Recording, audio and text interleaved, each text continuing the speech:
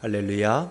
오늘 거룩한 성일 일부 예배 나오신 여러분 위에 주님의 축복과 은혜가 넘쳐나기를 원합니다.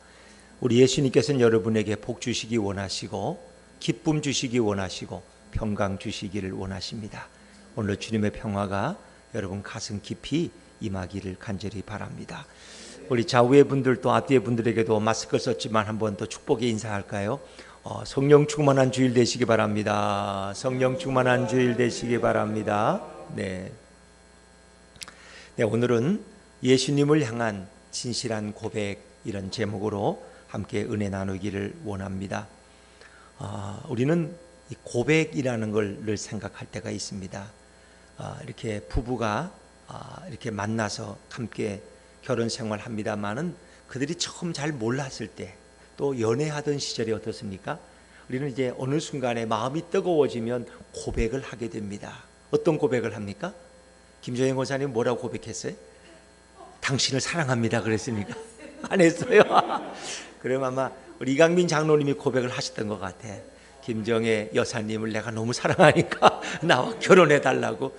이 뭔가 고백이라는 게 필요해요. 그러니까 이 남녀 간에 고백이 없으면 이 성사가 안 되는 거예요. 난 아무리 봐도 우리 차전사님은 한 번도 고백해 본 적이 없는 것 같아. 이 뭐 고백을 해야지 이게 결혼이 이루어지는 거예요. 그런데 성경에도 고백을 굉장히 중요하게 생각해요. 예수님께서도 사람들이 나를 누구라 그러냐, 그 사람들이 제들이 말합니다. 어떤 사람은 엘리야라고, 에레미야라 그러고, 세례 요한이라고 그러고, 선지자 중에 한 사람이라고. 그 너희는 나를 누구라 그러냐? 베드로가 아주 놀라운 고백을 합니다. 마태복음 16장 16절, 주는 그리스도시요 살아계신 하나님의 아들이십니다. 예수님 너무 기뻐하시는 거예요. 왜? 너무나 정확한 고백을 했기 때문에. 바요나 시몬아 내가 복이 있다. 이를 내게 알게 하니는 사람이 아니라 바로 하나님이라는 거예요. 이 참 놀라운 고백이죠. 여러분, 여리고의 소경 바디메오가 소경이죠. 맹인인데 예수님 지나가는 소리를 듣고 다윗의 아들 예수여 나를 불쌍히 여기소서, 그 고백을 외치니까 예수님이 가던 길을 멈추시고 이리 오라고 하라. 그의 눈을 뜨게 해줘요. 이 바디메오가 그때부터 예수님을 따랐다 성경에 말합니다. 더 많은 의심이 많았어요. 예수님이 죽었다가 부활했다, 이거 도저히 못 믿겠어. 근데 하필이면 예수님이 오실 때 거기 없었어요. 예수님이 도마를 왜 다시 오셨어. 내 손을 내 상처에 만져보고 이제는 의심하는 자가 되지 말고 믿는 자가 되어라. 그때 도마의 고백이 어디 그 상처에 손을 댔겠어요. 나의 주 나의 하나님, 이 고백이에요. 우리가 이렇게 신앙 고백하잖아요. 우리 어떻게 보면 경 읽는 것처럼 습관적으로 하지만 사실 이 고백 하나하나가 너무나 중요한 거예요. 나는 천지를 창조하신 여호와 하나님을 믿습니다. 믿는 걸 고백하는 거예요. 우리 신앙의 고백, 또 부부간에는 사랑의 고백. 부부간에도 살아가면 사랑의 고백을 해야 돼요, 말아야 돼요? 해야 돼요. 결혼도 안 해본 총각은 너무 잘 알잖아. 근데 결혼한 분들은 고백을 잘 안 하는 것 같아. 우리 집만 늘 고백하는 것 같아. 제가 여쭤보니까 저 뒤에 앉은 집사님도 저도 우리 남편한테 늘 사랑한다고 고백한다 그러더라고. 얼마나 아름다워요. 고백이 있는 거예요. 물론 마음으로 다 알아요. 그러나 입술로 고백할 때 그 사랑은 더 신선하고 새로워지는 거예요.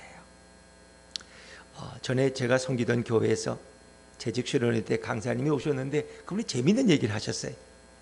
역대 대통령 중에 영어를 제일 못하는 분이 있는데 그분이 김영삼 대통령이라요. 워낙 경상도 사투리가 강해가지고 영어가 안 된다는 거예요. 근데 한 번은 그때 빌 클린턴 대통령이 한국을 방문하게 됐어요. 정상이 방문하니까 이제 대통령이 나가서 공항에 나가 맞이해야 돼. 그땐 김포공항이었어요. 근데 처음에 클린턴을 만나면 첫 인사가 이제 우리도 안녕하십니까 하듯이, 미국인들 그 정도는 대통령이 해야죠, 그러죠? 통역관이 있지만. 그래서 이제 영어 강사를 불러다가 교육을 받았어요. 처음에 클린턴을 만나면 대통령께서 How are you? 이렇게 하시면 How are you? 안녕하십니까? 그럼 분명히 클린턴이 그렇게 말할 겁니다. I'm fine, thank you, and you? 난 좋습니다. 당신 어떻습니까? 그럼 대통령은 뭐 두말할 거 없이 Me too 그러시면 돼요. 나도 너무 좋습니다. 나도 너무 안녕합니다. 이러면 되는 겁니다. 그걸 그냥 잘 못해가지고 여러 번 연습을 했어요. 그리고 이제 당일이 돼서 공항에 나갔어요. 클린턴이 트랩을 내려오는데 이 김 대통령이 영어가 자신이 없던 길에 당황한 거예요. 그래서 How are you? 해야 되는데 그냥 자기도 모르게 Who are you? 하고 Who are you? 당신은 누구십니까? 그랬어요. 클린턴이 이런 인사는 없거든. 이게 아마 대통령이 좀 유머가 있는가 보다. 장난기가 발동해가지고 I am 힐러리즈 하즈밴드 그랬습니다. 나는 힐러리의 남편입니다. 그랬어요. 이 대통령이 모르니까 미투로 그랬습니다. 나도 힐러리의 남편이 된다는 거죠. 자, 이거는 잘못된 고백이에요. 이건 방향이 틀린 이런 고백이다. 적어도 우리의 고백은 어떠해야 될까 하는 것입니다. 인생을 살다 보면 고백해야 할 때가 있습니다. 고백에는 두 종류가 있는데 이기적인 고백이 있고 이타적인 고백이 있어요. 이기적인 고백은 자식들이 돈이 필요하면 부모님께 와서 사랑을 고백해. 야, 아빠, 나 아빠 사랑해요. 아빠가 너무 멋져요. 넥타이가 너무 근사하네요. 10년은 젊어 보이시네요. 그 아빠 알아. 얘가 또 돈이 필요한 모양이다. 이건 이기적인, 자신의 목적을 이루기 위해서 이렇게 마음에 있든 없든 그것을 상대방에게 알리는 거예요. 정치인들은 주로 이런 고백을 합니다. 내가 백성들을 사랑합니다. 내가 이 나라를 위해서 생명을 바치겠습니다. 그렇게 해서 국회의원 되고 나면 어떻습니까? 오히려 정직하겠다는 그가 스스로 부패해지고 뇌물을 받고 법정에 서고 참 부끄러운데 국회의원이 되는 경우도 많이 있잖아요. 그래서 국회의원들을 선거철이 되면 국민들에게 많은 고백을 쏟아놓습니다. 근데 그 고백은 대개 다 이기적인 고백이라는 거예요. 그럼 이타적인 고백은 뭐냐? 자신의 목적을 위해서 상대방을 이용하는 것이 아닙니다. 자신이 희생하면서 상대방을 이롭게 해주려는 격려와 위로의 고백, 그것이 바로 이타적인 고백입니다. 자식이 부모에게 엎드리는 그 이기적인 이유를 부모는 다 알아요. 그 속마음을 알아요. 그러나 부모는 모르는 척 자식에게 다 내어주는 것이 바로 부모의 고백입니다. 이런 고백은 진정 가치가 있는 고백입니다. 이 세상에 수많은 고백이 있지만 이기적인 고백은 결국 한순간에 사람을 속이는 그런 고백입니다. 현대인들이 직장에서, 가정에서, 인간관계에서 많은 고백을 하지만 그 고백의 진위, 진실과 거짓을 스스로 모를 때도 많이 있는 것입니다. 자, 오늘 본문의 말씀으로 돌아가면 여기에도 위대한 고백의 이야기가 나옵니다.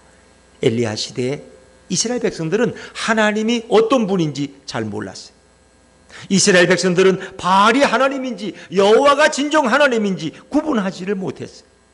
그래서 어리석은 백성들은 바알에게 하나님이라고 고백하는 이런 엉터리 같은 삶을 살고 있었어요.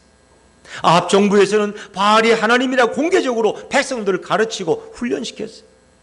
백성들에게 고백을 강요했습니다. 마치 북한 사회에서는 어떻습니까? 우리 아바이, 김정은, 김정일, 이런 강제로 고백을 시키는 거예요. 거기에 충성을 맹세하게 만드는 거예요. 이스라엘 백성들은 아브라함의 후손이었지만 누가 하나님인지 그들은 잘 모르고 살고 있었어요. 그만큼 그들은 혼탁하고 그만큼 영적으로 어둡고 부패한 시대를 살아가고 있었다는 것입니다. 오늘 이 시대 사람들이 누가 우리를 창조했는지 잘 몰라요. 누가 진정한 창조주인지, 우리를 만드신 분이 누군지 몰라서 우리는 호랑이가 아니죠. 미안합니다. 원숭이의 후손이라고 진화론을 배우고 주장하는 그런 이들도 우리는 많이 보게 됩니다. 이스라엘 백성들은 아합의 요구대로 하나님을 버리고 바알을 하나님으로 섬기던 혼미한 시대였습니다. 바알의 제사장들이 하루 종일 바알의 제단 앞에서 기도했지만 거기에는 전혀 응답이 없었습니다. 불이 내리지를 못했습니다. 이제 엘리야가 여호와 하나님 앞에 기도한 후에 하늘에서 불이 내렸습니다. 자, 우리 38절 말씀 다시 한번 읽어볼까요? 오늘 본문 38절입니다. 시작. 이에 여호와의 불이 내려서 번제물과 나무와 돌과 흙을 태우고 또 도랑에 물을 핥은지라. 아멘. 이스라엘 백성들은 이 광경을 보고 큰 충격을, 어떻게 이런 일이 있을 수 있나? 하나님이 내리신 그 불은 얼마나 크고 강렬했는지 바알의 제단, 이 제단의 제물을 다 태웠을 뿐 아니라 나무와 돌과 흙은 물론이고 도랑에 가득한 물까지 다 태워버렸습니다. 그렇게 크고 강렬한 불이었지만 가까이 있는 백성들 중에 한 사람도 해를 입은 사람은 없습니다. 여러분, 불도 기적이고 돌이 타는 것도 기적이지 않습니까? 가까이 서 있던 백성들이 이 불에 타지 않은 것도 이거 기적입니다. 우리가 다니엘 서인가요? 보면은 다니엘의 세 친구가 바벨론 땅에서 우상 숭배를 거부하다가 이 뜨거운 풀무불 속에 던져지는데 그 풀무불을 한 10배는 더 뜨겁게, 근데 그들을 꽁꽁 묶어서 풀무불 속에 던지던 그 바벨론 병사가 다 불에 타 죽었다는 거 아세요? 그러니까 이런 강력한 불이 임했지만 백성들은 하나도 해를 입지 않도록 하나님이 보호해 주신 거예요. 이스라엘 백성들은 이 놀라운 광경을 보다가 입을 다물지 못하고 여호와의 제단 앞에 그들은 엎드려 경배하고 고백하게 됩니다. 바알에게 무릎 꿇던 자들이 이제는 여호와의 하나님의 큰 역사를 보고 여호와 하나님 앞에 엎드립니다. 그리고 고백합니다. 여호와 그는 하나님이시로다. 여호와 그는 하나님이시로다. 자, 그들의 고백을 다시 한번 읽어볼까요? 39절 말씀, 39절 같이 읽습니다. 시작. 모든 백성이 보고 엎드려 하나님이시로다. 여호와 그는 하나님이시로다 하니. 아멘. 이 이스라엘 백성의 고백이 저와 여러분의 고백이 되기를 주의 이름으로 축원합니다. 여호와 그는 진정 나의 하나님이로다. 전에는 바알이 하나님이라고 외치던 그들이 이제는 하늘에서 불이 내리는 것과 그 불이 제단에 있는 모든 것을 태우는 것을 보고 여호와가 하나님이라고 엎드려 고백합니다. 격세지감이 느껴지는 장면이죠. 방금 전만 해도 바알이 하나님이라고 머뭇거리던 그들 아닙니까? 21절에 보니까 엘리야가 그들을 향해서 너희가 언제까지 양쪽에서 머뭇거리겠느냐? 그럴 때 그들은 주저하던 그 백성들이었습니다. 자, 우리 열왕기상 18장 21절 말씀도 한번 참고적으로 읽어볼까요? 같이 읽죠. 시작. 엘리야가 모든 백성에게 가까이 나아가 이르되 너희가 어느 때까지 둘 사이에서 머뭇머뭇하려느냐? 여호와가 만일 하나님이면 그를 따르고 바알이 만일 하나님이면 그를 따를지니라 하니 백성이 말 한마디도 대답하지 아니하는지라. 이런 백성들이었어요. 바알과 하나님 사이에서 선택하지 못하고 방황하던 그 백성들이었어요. 그런데 이제 그들이 그 완악한 우상 숭배자들이 하나님의 기적 앞에서 엎드려 여호와 그가 진정 우리의 하나님이라고 고백하기 시작했습니다. 여러분, 우리가 볼 때 이스라엘 백성들은 너무 간사한 자들 아닙니까? 여호와가 참된 하나님이심을 처음부터 알아서 믿었더라면 얼마나 좋았을까요? 이제 놀라운 기적을 본 후에야 여호와가 참 하나님이라고 그들은 고백하고 있습니다.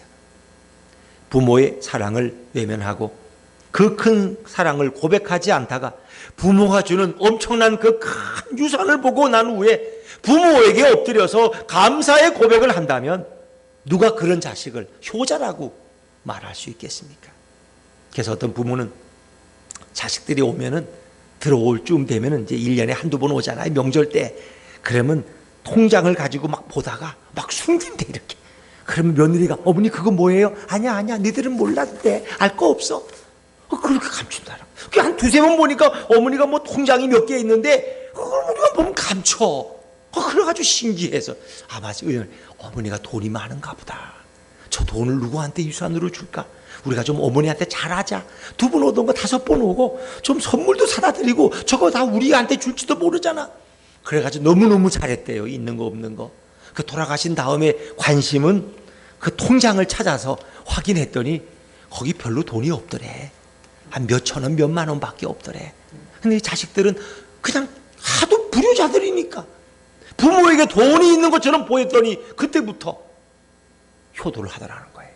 여러분도 자식들이 잘 효도 안 하면 야, 내가 니들한테 말은 안 했지만 내가 서울 강남에 2채 집 사놓은 게 있는데 내가 아무한테도 얘기 안 했다. 이렇게 말씀해 보세요. 자식들의 눈빛이 달라진다는 거예요. 자, 이스라엘 백성들도 마찬가지요. 미리 좀 그렇게 고백했다라면 얼마나 좋았을까요? 하나님께서 하늘에서 모두를 죽일 수 있는 강력한 불을 내리셔서 재물만이 아니라 돌과 흙과 도랑의 물까지 일순간에 다 태우는 것을 보고서야 겁이 나서 쩔쩔매는 이스라엘 백성의 모습은 간사한 모습이고 힘에 눌리는 졸렬한 모습처럼 보이지 않습니까? 이런 자들에게 무슨 진정한 고백을 기대할 수 있겠습니까? 이런 자들의 고백을 어떻게 진정한 고백이라고 말할 수 있겠습니까? 하나님께서는 이런 고백이 전혀 귀를 기울이지 말으셔야 합니다. 건강할 때는 하나님을 외면하다가 암에 걸리고 주일병에 걸려야 교회 나와서 무릎을 꿇고 제대로 기도를 하는 그런 성도들에게 하나님께서는 무슨 고백을 기대하시겠습니까?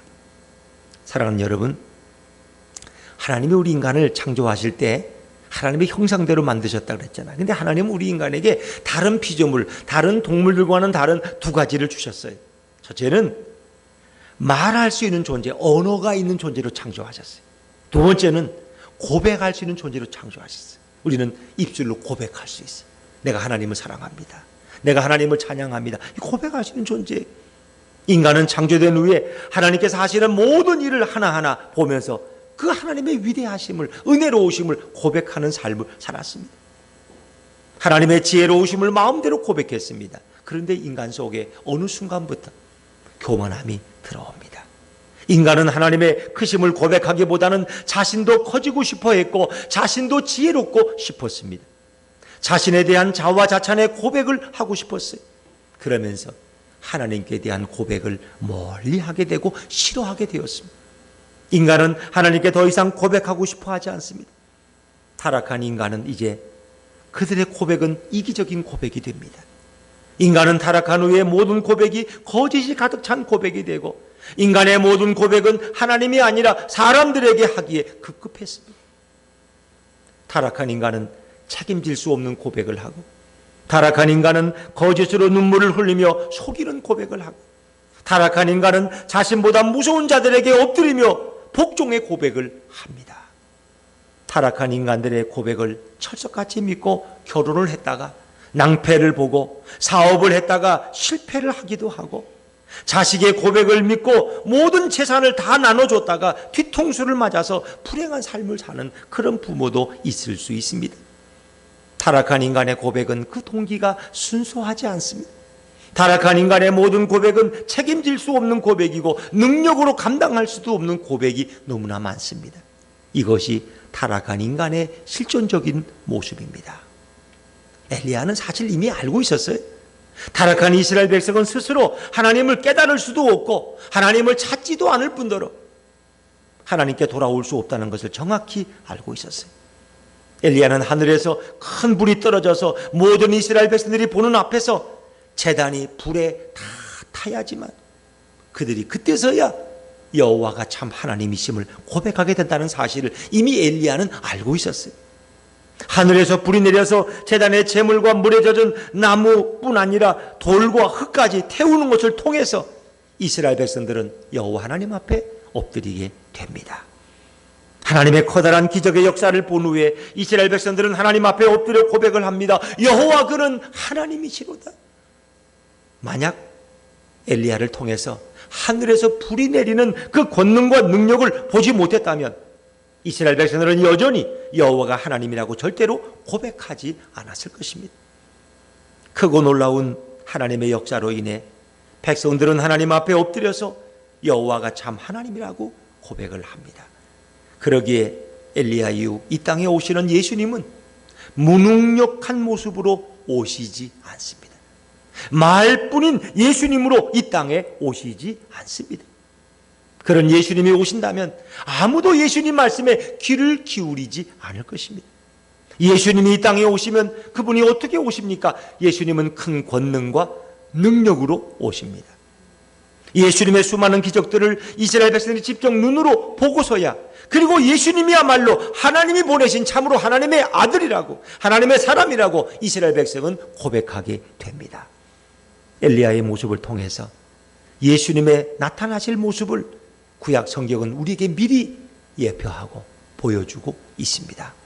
바로 하늘에서 불이 내리는 것처럼 큰 권능과 능력으로 무지한 이스라엘 백성들에게 예수님이 오셨을 때 바로 하나님이 보내신 분이라고 이스라엘 백성들은 그분 앞에 엎드려 고백하게 됩니다. 예수님은 영적으로 이스라엘 백성들에게 큰 권능과 능력으로 이 땅에 오셨습니다. 예수님은 전능한 하나님이신 줄로 믿습니다. 그분의 능력과 신성은 세상을 창조하시던 그런 능력과 신성을 그대로 가지고 이 땅에 오셨습니다. 지금도 많은 사람들이 예수님을 흉내냅니다. 이단 교주들, 많은 이단들이 자신이 예수라고 자칭하지 않습니까? 그러나 예수님은 말로만 자신이 하나님의 아들이라고 혀로만 증명한 적이 없습니다. 엘리야가 모든 이스라엘 백성들 앞에서 큰 불로 제단의 모든 것들을 다 태운 것처럼 예수님이 이 땅에 오실 때에는 큰 권능과 능력으로 이 땅에 임하신 줄로 믿습니다. 예수님의 큰 권능과 능력으로 인해 모든 완악한 백성들까지 다 예수님께 엎드려 경배하며 하나님의 거룩한 자라고 고백하는 역사가 일어났습니다. 예수님은 자신이 하나님의 보내심을 받았다고 말씀하면서 각종 기적과 능력으로 이스라엘 백성들에게 자신을 드러내십니다. 이런 예수님의 신성이 함께 있기 때문에 진정한 메시아가 되실 수 있는 것입니다. 이런 능력과 신성이 없는 자들은 다 거짓 선지자이고 다 거짓 메시아인 것입니다. 오직 신성을 갖고 큰 권능과 능력이 있는 예수님만이 우리의 참 구원자가 되십니다. 예수님이 큰 권능과 능력으로 이 땅에 오셔서 많은 기적과 능력을 보여주시고 여호와 하나님을 증거했습니다. 그러나 하나님을 모르는 자들은 현장을 목격했음에도 불구하고 예수님의 능력은 하나님 아버지가 주신 것이 아니라 마귀가 예수님에게 능력을 주었다고 그들은 엉터리 같은 말로 소문을 냅니다. 예수님의 능력을 마귀의 역사라고 그들은 조롱하고 폄하합니다. 예수님이 미쳤기 때문에 큰 역사를 일으킨다고 그들은 그렇게 말합니다. 그들은 예수님의 큰 권능과 기적에 대해서 엎드려 경배하지 않습니다. 그리고 예수님을 하나님이 보내신 분이라고 고백하지 않습니다. 자, 우리 성경의 예를 한번 읽어볼까요? 누가복음 11장 14절 15절 두 절 말씀 같이 읽죠. 시작. 예수께서 한 말 못하게 하는 귀신을 쫓아내시니 귀신이 나가매 말 못하는 사람이 말하는지라 무리들이 놀랍게 여겼으나 그 중에 더러는 말하기를 그가 귀신의 왕 바알세불을 힘입어 귀신을 쫓아낸다 하고 아멘. 자, 예수님이 귀신 들린 자에게서 귀신을 쫓아내니까 오히려 바알세불의 힘을 빌렸다는, 바알세불이라는 건 귀신의 왕이란 얘기. 예수님이 귀신을 의지해서 귀신을 쫓아낸다고 엉터리 같은 말로 예수님을 조롱하고 있습니다. 오히려 예수님 안에 마귀가 강하게 역사하기 때문에 그런 역사가 일어난다고 그들은 떠들고 다닙니다. 그들은 예수님의 능력을 무시하고 조소하고 폄하했습니다. 예수님의 능력과 기적을 나타내실 때마다 대제사장들과 바리새인들과 서기관들과 율법사들 그리고 무지한 백성들은 예수님에게 붕괴했고 예수님을 죽이려 했습니다. 예수님께서는 하나님을 모르는 백성들에게 하나님 아버지께로 돌아오라고 하늘의 능력과 권세로 기적과 역사를 베푸셨지만 오히려 백성들은 그런 예수님을 더 죽이고 싶어 했습니다. 여러분, 예수님이 커다란 능력과 기적을 베풀지 않아서 이스라엘 백성들이 예수님을 죽이려고 하는 것이 아닙니다. 예수님이 커다란 능력과 기적을 오히려 많이 베푸셨기 때문에 그들은 결국 예수님을 더 죽이려고 광분하게 됩니다. 예수님은 엘리야 시절 하늘에서 불이 내리는 것과 같은 큰 기적과 능력을 행하면서도 예수님은 이 땅에서 비참하게 죽어 가셨습니다.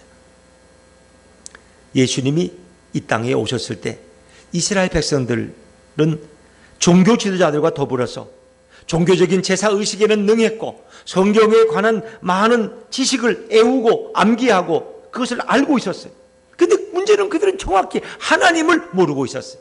그러니까 율법은 너무나 잘 알아요. 그걸 암송하고 그걸 애우고 그러는데 하나님을 정작 모른다는 것이 이게 얼마나 아이러니컬한 일입니까?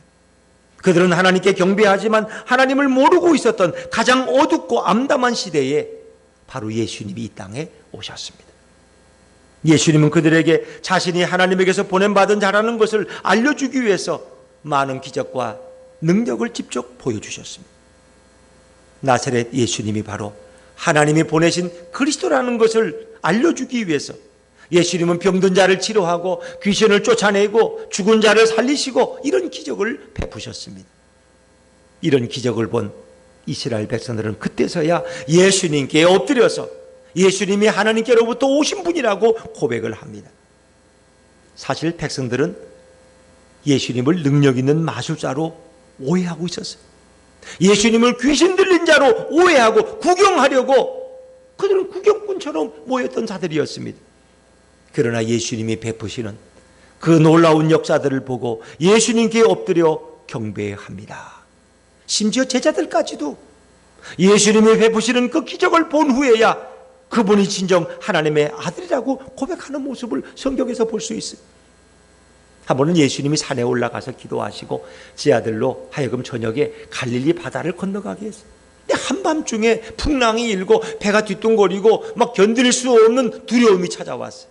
그때 예수님이 물 위를 걸어서 오십니다. 그걸 보고 그때 베드로가 주여 나를 명해서 물 위를 걸어오게 하소서. 그러니까 이 베드로야 걸어오라 그랬더니 그가 예수님 앞에 걸어가다가 그만 바람이 부니까 무서워서 의심하니까 물속에 빠져가기 시작했어요. 그때 예수님이 오셔서 믿음이 없는 자여 왜 의심하느냐 베드로를 이렇게 세워 건너주셨어요. 그리고 베드로와 함께 배에 오르시니 풍랑과 바람이 멎은 줄로 믿습니다. 아니 저 예수님이 배에 오르시니 그 놀라운 광풍이 잔잔한 고요함으로 변한 거예요. 사람들은 그때 놀래서 뭐라고 고백합니까? 진실로 하나님의 아들이로소이다. 그 배에는 제자들이 주로 타고 있었어요. 자, 마태복음 14장 32절 33절 말씀을 우리 자막에서 한번 읽어보시죠. 시작. 배에 함께 오름에 바람이 그치는지라 배에 있는 사람들이 예수께 절하며 이르되 진실로 하나님의 아들이로소이다 하더라. 아멘. 그렇습니다. 여러분 예수님의 기적과 능력을 아무도 보지 못했다면 예수님이 누구신지 알지 못했을 것입니다. 예수님이 아마 평범한 갈릴리의 목수라고 좀 정도로 생각했을 것입니다. 그러나 예수님이 큰 기적을 베풀면서 목수가 아니라 바로 하늘에서 내려오신 하나님의 아들 메시아라고 그들은 고백합니다. 예수님은 자신이 하나님의 아들로서 이 땅에 내려온 메시아라는 사실을 큰 기적과 능력으로 모든 자들에게 숨김없이 다 보여주셨습니다. 그래서 구약 성경에는 예수님이 이 땅에 오시면 수많은 기적과 능력을 보여주셔서 믿게 하실 것이라고 매우 자세하게 구약 성경은 메시아에 대해서 예언하고 있습니다. 큰 기적과 표적으로 말미암아 나사렛 예수가 메시아인 것을 모든 자들은 고백하게 됩니다. 여러분 고백이란 내가 혼자 할 수 있어요? 없어요. 고백이란 내가 혼자 스스로 할 수 있는 게 아니에요. 예수님께서 큰 역사로 나타내시고 자신의 능력을 친히 보여주실 때에 모든 자들은 그 예수님 앞에 엎드려서 경배하고 참으로 예수님이 구주이심을 고백하게 됩니다. 예수님이 먼저 역사하지 않으시면 절대로 엎드려서 고백할 수가 없습니다. 여러분 사람은 사랑을 고백하려면 상대편의 그 엄청난 사랑을 먼저 내가 경험하고 보아야지 내가 그를 사랑한다고 고백할 수 있는 거 아닙니까? 그래서 감동을 받으면 그 사랑에 경의를 표하게 됩니다. 마찬가지로 예수님의 큰 역사를 보면 누구든지 엎드려 고백합니다. 고백이란 인간의 입장에서 먼저 고백할 수 없어요. 고백이란 하나님이 먼저 우리를 위해서 역사해 주시기 때문에 그 놀라운 역사를 경험한 인간이 하나님께 찬양하고 엎드려 경배하고 고백하게 되는 줄로 믿습니다. 이것이 바로 주님의 은혜입니다. 우리에게 먼저 놀라운 권능과 능력과 표적을 보여주셨기 때문에 그걸 목도한 우리들이 주님 앞에 당신은 나의 구주이십니다. 당신은 나의 하나님이십니다. 당신은 나의 메시아이십니다. 라고 고백하게 되는 것입니다. 고백이란 아무것도 없는 허공에다가 할 수 없습니다. 무엇인가 나타나고 은혜로운 역사가 일어나면 자연스럽게 고백이 따라오게 됩니다. 예수님의 역사는 모든 자들에게 고백하게 하십니다. 하나님께서는 인간들이 도무지 큰 기적과 능력을 보지 못하면 하나님 아버지가 참 하나님이신 것을 알지 못하고 고백하지 못한다는 것을 이미 하나님은 알고 계셨어요. 그래서 하나님께서는 예수님을 이 땅에 보내실 때 인간들이 잘 깨달을 수 있도록 예수님에게 크신 능력을 주시고 이 땅에 보내셨습니다. 만약 하나님 아버지가 예수님을 이 땅에 보내시면서 큰 능력과 권세를 주지 않으셨다면 타락한 인간들은 예수님이 나의 메시아이고 나의 구원자라는 사실을 미처 알지 못했을 것입니다. 하나님께서는 예수님을 이 땅에 보내셔서 모든 타락한 인간들에게 예수님이 어떤 분인가를 정확히 보고 판단할 수 있도록 예수님께 큰 권세를 주신 줄로 믿습니다. 하나님 아버지께서는 모든 인간들이 예수님의 큰 능력과 예수님의 권세를 보고 엎드려 그분의 말씀에 순종하기를 원하셨습니다.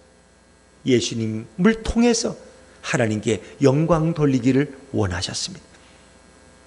혼동하던 많은 유대인들은 예수님의 크신 권능과 능력을 보고 하나님께서 보내신 자가 맞다고 믿고 따르는 역사가 여기저기서 일어나게 됩니다. 하나님 아버지께서는 이렇게 예수님을 준비하시고 이 땅에 보내셨습니다. 하나님을 떠난 인간들이 다시 하나님께 고백할 수 있도록 예수님을 보내신 하나님의 놀라운 은혜와 그 사랑을 우리는 생각할 수 있지 않습니까? 엘리야가 기도에서 하늘에서 내려진 불은 작은 불이 아닙니다. 아주 큰 불입니다. 그것은 모든 것을 태울 수 있는 불입니다. 심지어 돌과 흙까지도 다 태운 불입니다. 이렇게 강력한 불은 가까이 있던 이스라엘 백성들에게 전혀 해를 끼치지 않았습니다. 오히려 하늘에서 내려온 그 불로 인하여 그들은 여호와가 참 하나님이심을 엎드려 고백하는 놀라운 역사가 모든 이스라엘 백성들 앞에서 일어났습니다. 엘리야는 불의 사람입니다. 엘리야는 기적의 사람인 줄로 믿습니다. 누구든지 엘리야 앞에 서면 여호와가 하나님이심을 엎드려서 고백하게 됩니다. 엘리야는 그래서 나라를 살리고 민족을 살리고 백성을 살린 인물이 되었습니다. 엘리야의 커다란 역사로 인해서 백성들은 이제 누가 참 하나님인지 알게 되었습니다. 엘리야는 백성들의 모든 죄를 다 용서함 받게 해주기 위해서 그동안 백성들의 눈과 귀를 막고 여호와 하나님을 대적하게 만든 바알의 제상들을 다 죽여서 참회하도록 회개의 길을 열어주었습니다. 백성들은 자신들의 죄를 회개하는 뜻에서 모든 거짓된 바알의 제상들을 다 죽이고 하나님께 용서를 구합니다. 하나님은 엘리야의 기도와 백성의 회개를 들으시고 다 용서해 주십니다. 엘리야의 이런 모습은 바로 이 땅에 오실 예수님의 모습을 우리에게 미리 말해주고 있습니다. 엘리야가 복된 것은 바로 예수님의 사역을 미리 예표하는 삶을 살았기 때문입니다. 구약의 엘리야의 삶 속에는 앞으로 나타날 예수님의 모습이 가득 차 있습니다. 엘리야의 고백을 통해서 이스라엘 민족은 영원히 살 수 있는 길이 활짝 열려지게 되었습니다. 엘리야는 피조물 중에서 가장 존귀한 예수님의 삶을 살았던 그런 인물이었습니다. 오늘 현대인들은 어떻습니까? 이 시대인들은 누가 하나님인지 잘 알지를 못합니다. 과학이 하나님인지, 자신이 하나님인지, 우주가 하나님인지, 에너지가 하나님인지, 지식이 하나님인지, 황금보화가 하나님인지 잘 알지를 못합니다. 인간은 본능적으로 누군가를 의지하고 누군가에게 기대고 싶은 그런 본능 심리가 있어요. 예수님을 의지한다고 하지만 예수님이 구원자라는 사실을 모른다면 자신이 원하는 곳에 가서 엎드리는 것이 어리석은 인간의 모습이에요. 그러나 예수님이 이 땅에 오셔서 모든 자들에게 숨김없이 예수님의 큰 기적과 능력을 보여주셔서 오직 예수님의 이름으로 엎드리고 오직 예수님의 이름으로 고백하도록 모든 것을 예수님이 다 이루어 놓으셨어요. 이제 누구든지 예수님의 이름으로 엎드려서 고백하는 자는 예수님이 더 크게 역사하여 주실 줄로 믿습니다. 성경에 모든 사람들이 다 볼 수 있도록 자세하게 예수님의 역사가 다 기록되어 있습니다. 그래서 누구나 핑계할 수가 없어요. 얼마나 큰 기적과 능력을 베풀었는지 성경에는 다 기록되어 있어요. 누구든지 예수님을 보면 바로 이분이 메시아라는 것을 다 알도록 기록해 놓았습니다. 전 세계에 이런 책은 오직 성경만이 유일합니다. 성경에만 예수님의 역사가 유일하게 나타납니다. 이제는 성경에 나타난 예수님에게만 나의 구원자라고 엎드려야 되고 나의 구원자라고 고백해야 합니다. 만약 이런 고백을 하지 않으면 절대로 예수님을 통해서 우리는 구원받을 수 없습니다. 여러분, 성도들이 인생을 살면서 너무나 혼돈스러운 것들이 많습니다. 그러나 예수님은 모든 것을 분명하게 해주셨어요. 오직 예수님만이 인류의 구원자이십니다. 오직 예수님만이 커다란 능력과 기적을 베푸십니다. 오직 예수님만이 놀라운 능력으로 자신을 드러내시고 계시하십니다. 이제 예수님의 커다란 능력으로 우리는 예수님께 고백하는 성도가 되어야 할 줄로 믿습니다. 예수님은 성도들을 위해서 하늘에서 이 땅에 내려오셔서 수많은 기적과 능력으로 성도들을 붙잡아 주십니다. 이제 성도들은 예수님만이 나의 주님이시고 예수님만이 나의 구원자이시고 예수님만이 나의 도움이라고 그분 앞에 엎드려서 경배하며 고백해야 합니다. 아직도 무엇이 부족합니까? 아직도 고백이 주저되십니까? 이제는 베풀어 주시는 그 예수님의 놀랍고 큰 역사에 대해서 찬양과 경배를 드려야 할 것입니다. 예수님이 이루어 놓으신 모든 구원의 역사에 대해서 날마다 찬양과 경배를 돌리시기를 주의 이름으로 축원합니다. 예수님 앞에 나가서 이제는 고백해야 합니다. 날마다 사람들에게 고백하는 자가 아니라 예수님께 고백하는 성도가 되셔야 합니다. 사람들에게 엎드려 절하는 자가 아니라 예수님께 엎드리는 자가 되고 예수님께 고백하는 성도가 되셔야 합니다. 나를 위해서 베풀어 주신 그 큰 은혜와 능력에 대해서 진심으로 예수님이 나의 인생의 주인이 되시고 예수님이 내 삶의 주관자가 되시고 예수님이 항상 나를 도와주시고 항상 나를 살펴주신다고 이제는 날마다 시간마다 쉬지 않고 예수님께 고백해야 할 줄로 믿습니다. 진심으로 고백해야 되고 엎드려서 고백해야 됩니다. 예수님은 우리의 구원을 이루기 위해서 자신의 생명을 다 버리셨습니다. 우리가 쉬지 않고 예수님께 진정한 감사의 고백을 하며 그분의 역사에 대해서 쉬지 않고 기억하고 고백한다면 예수님은 우리를 더욱 불쌍히 여기시고 우리를 항상 도와주십니다. 예수님이 우리를 위해서 이루어 놓으신 그 큰 역사와 능력이 어디에 기록되어 있습니까? 성경에 기록되어 있습니다. 어떤 이는 왜 예수님을 나의 하나님이라고 고백하고 싶어도 고백하지 못합니까?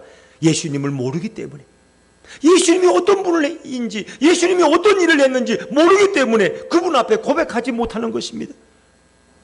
만약 여러분이 예수님을 깊이 알고자 원한다면 나를 위해서 베풀어 주신 그 큰 사랑과 역사를 자세히 알아야 합니다. 그렇게 자세히 알 수 있는 유일한 길은 바로 성경입니다. 성경을 읽지 않으면 예수님이 어떤 분인지, 예수님이 어떻게 역사하셨는지, 얼마나 큰 역사와 얼마나 큰 기적을 베푸셨는지 우린 도대체 알 수가 없습니다. 성경에 보면 인류의 구원자이신 예수님은 유일한 존재이십니다. 성경에는 이런 예수님에 대해서 매우 자세하게 기록되어 있습니다. 이렇게 성경을 매일 읽으면 저절로 예수님에 대한 고백이 흘러나옵니다. 우리는 예수님에게 엎드려 경배드리고 싶어집니다. 성경을 통해서 예수님을 깊이 아는 자가 바로 예수님께 진심으로 엎드려 경배하며 항상 감사하는 성도가 될 수 있습니다. 이제 우리는 날마다 예배를 통해 매일의 삶을 통해 예수님을 나의 주인, 나의 구주로 고백하고 그분께 영광을 올려드리는 우리 아름다운 예수품교회 성도님들 다 되시기를 주의 이름으로 축원합니다. 축원합니다.